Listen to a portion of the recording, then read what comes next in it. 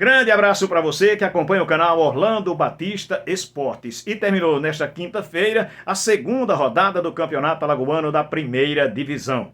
Com duas partidas, o Coruripe empatou em 0-0 em casa diante do Penedense e o CSE, lá no estádio Juca Sampaio, em Palmeiras dos Índios, venceu o Asa pelo placar de 2-0. O Asa começou melhor a partida, mas não aproveitou as oportunidades e aí no primeiro ataque do CSE, o Edinho colocou a bola para o fundo da rede, marcando inclusive um belo gol, 1-0 no primeiro tempo. Depois do gol, o Asa se perdeu dentro de campo e o CSE foi quem passou a dominar as ações. No intervalo da partida, um fato lamentável. O jogador do Asa acabou sendo atingido por uma lata de fumaça colorida. O Colina acabou tendo um ferimento, precisou de atendimento. Você vai ver, inclusive, o momento em que a pedra é arremessada à lata e atinge o jogador do Alvinegro Arapiraquense. Torcedor para levar ele preso. Já identificou pegou um aqui, não sei se pegou qualquer um aleatoriamente, mas está levando um preso aqui aleatoriamente. Agora é preciso que a federação tome posicionamento. Isso é fato. Aqui não tem condições de ter jogos de futebol. A gente Foi sabe um rapaz disso. sem camisa, de short vermelho que jogou. Temos também a imagem no momento que ele é atendido pelo médico da equipe alvinegra. O Asa ameaçou, inclusive, não retornar para o segundo tempo, mas voltou. A federação já disse que o caso será entregue ao Tribunal de Justiça Desportiva. A gente espera que isso seja julgado o mais rápido possível e que a punição sirva de exemplo para que não aconteça em outras praças de esportes. Afinal de contas, o torcedor do bem vai para ver o futebol e não violência. No segundo tempo, o time do CSE continuou sendo melhor na partida. E aí o Asa, em determinado momento, saiu para o abafa, tentando resolver, tentando chegar ao empate, coisa que não aconteceu. Em uma jogada rápida, através do Ibson pelo lado esquerdo, ele passa pelo zagueiro do Asa, rola para o Edinho, que coloca a bola no fundo da rede. Edinho, portanto, o destaque desta rodada, marcando 2 gols nesse clássico na cidade de Palmeiras dos Índios, a vitória do CSE pelo placar de 2-0. O destaque desta rodada, que somamos os gols, foram apenas 5 em 4 jogos, uma média de 0,62. Muito, mas muito pouco. Agora o destaque para classificação. Em primeiro lugar vem o CSA, com 6 pontos, saldo de 1 gol. Na segunda colocação, CRB,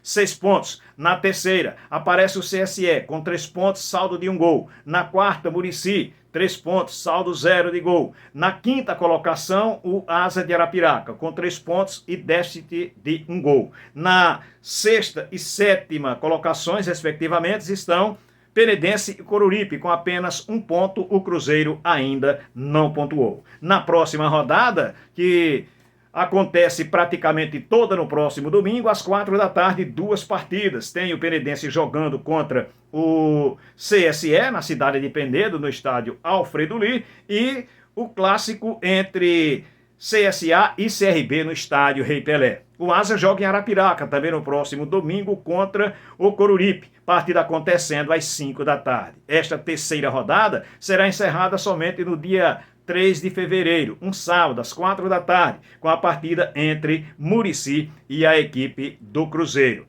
Agora, a respeito do Clube de Regatas Brasil. Voltou a trabalhar já nesta quinta-feira. Tem pouco tempo para o clássico que acontece no próximo domingo e já movimenta a capital alagoana. Mas o técnico da equipe regatiana, após a partida e a vitória diante do Murici, falou com a imprensa e fez uma avaliação deste resultado, onde mantém a equipe com 100% de aproveitamento. Acho que foi um jogo assim, de início de temporada, claro, mas com 2 tempos distintos. Acho que no primeiro tempo o CRB teve o controle das ações,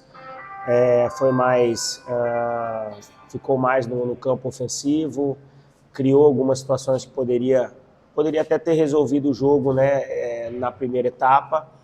E no segundo tempo a equipe acabou não conseguindo perdeu as conexões entre os setores do campo, a equipe não conseguiu mais ter esse controle, o adversário acabou crescendo, né? Ficou um jogo perigoso, mas também as oportunidades que o adversário criou, muitas em cima de bola parada, que foram frutos assim, de erros nossos, talvez de saída de bola, de uma precipitação de um passe, uma escolha. Mas assim, eu acho que dentro do momento da competição, acho que já houve um avanço, né, do primeiro jogo, e acho que com naturalidade as coisas vão acontecendo. Vamos agora para um jogo extremamente importante no próximo final de semana, onde agora é recuperar as energias, as forças para fazer uma grande apresentação no domingo. Ô Daniel, parabéns pela vitória. O CRB apresentou virtudes, principalmente no primeiro tempo. Mas a gente percebeu uma deficiência, principalmente na construção de jogo pelo lado esquerdo com o William Formiga. É um jogador que naturalmente tem uma característica mais defensiva. Só que é algo que você pretende corrigir, essa melhoria da saída de bola do jogador, para que ele possa ter uma conexão de repente mais forte, como o Léo Pereira, como tinha de repente o Guilherme Romão ano passado na temporada? Olha, são pontos que nós temos que evoluir, não só esse, mas como um todo. Acho que o Formiga entra nesse número de atletas que eu estou dizendo que estão há mais de 60 dias sem atuar com frequência. O Formiga no Ceará talvez não teve regularidade, não teve sequência, e é um atleta que visivelmente é um atleta que ele precisa de ritmo, ele precisa de jogo para adquirir o seu melhor da sua condição. Hoje, especificamente, eu acho que no primeiro tempo nós tivemos um erro de posicionamento mais pelo lado esquerdo de ataque, onde o Léo Pereira veio muito para dentro do campo e a orientação era para que ele ficasse bastante aberto para espaçar mais a defesa adversária e a gente conseguir ter espaço ali para o Rômulo também encostar pelo lado esquerdo junto com o Formiga e a gente ter essas conexões. Não fluíram da maneira como nós esperávamos ou talvez com o volume que aconteceu pelo lado direito com Hereda, Jorginho e Mike, onde nós criamos as nossas melhores oportunidades. Mas como eu disse, são pontos que a gente tem que sempre estar observando, procurar analisar e a cada jogo tentar diminuir o número de erros como esses. Em algum momento a tua equipe no segundo tempo segurou esse 1-0. Faz parte também, eu já pensando no clássico, como é que você analisa não ter saído em busca de fazer um segundo gol, por exemplo, nesse segundo tempo? Eu acho que assim, essa escolha de segurar, nós não seguramos em nenhum momento, porque eu acho que a gente não teve o controle das ações no segundo tempo, em nenhum momento. Então, o adversário se lançava ao ataque, a gente não conseguia ter conexão aos setores, tentamos algumas substituições, a maioria delas no intuito de preservar alguns atletas pelo momento. Os dois laterais são atletas que geralmente se desgastam mais dentro de uma partida, de volume de quilometragem, de ações de alta intensidade. Depois trocamos alguns jogadores ali na intenção de dar um pouco mais de oxigenada dentro do meio campo. O próprio Helder nesse momento para tentar dar um pouco mais de força, já que como a gente estava sem conexão, muita bola longa, muita bola para brigar, entendeu? Então assim, a gente tentou essas alterações. Mas assim, ainda não conseguimos. Tivemos ainda uma outra situação, talvez o Léo Pereira teve a melhor oportunidade do segundo tempo no final, para talvez até fazer o segundo gol, mas no segundo tempo, infelizmente, a gente não conseguiu ter o volume e o controle como tivemos no primeiro. Em relação ao jogo do final de semana contra o CSA, né, e esse detalhe que você falou, de muitas equipes no Brasil inteiro já ter um maior tempo de preparação, o CSA é um desses exemplos, né, mas ao mesmo tempo teve problemas durante o caminho, inclusive no primeiro jogo da temporada pela Pré-Copa do Nordeste. Como é que você avalia esse adversário? Deu tempo já, principalmente por ver lá no início, que já era um adversário de início de temporada, deu tempo de acompanhar alguns jogos e ver o que é que tem pela frente? Pode ser um jogo perigoso, até pelo contexto mesmo do próprio adversário para esse final de semana? Bom, o clássico, independente de momento, ele é sempre um jogo perigoso. É sempre um jogo muito disputado, é sempre um jogo de muita pegada. E não acredito que vá ser diferente domingo. Muita disputa, muita luta. Como você disse, o adversário ele tem um tempo maior de preparação, então os seus atletas estão no momento físico, coletivo mais avançado que o nosso. Mas assim, nós estamos preocupados com aquilo que a gente pode fazer.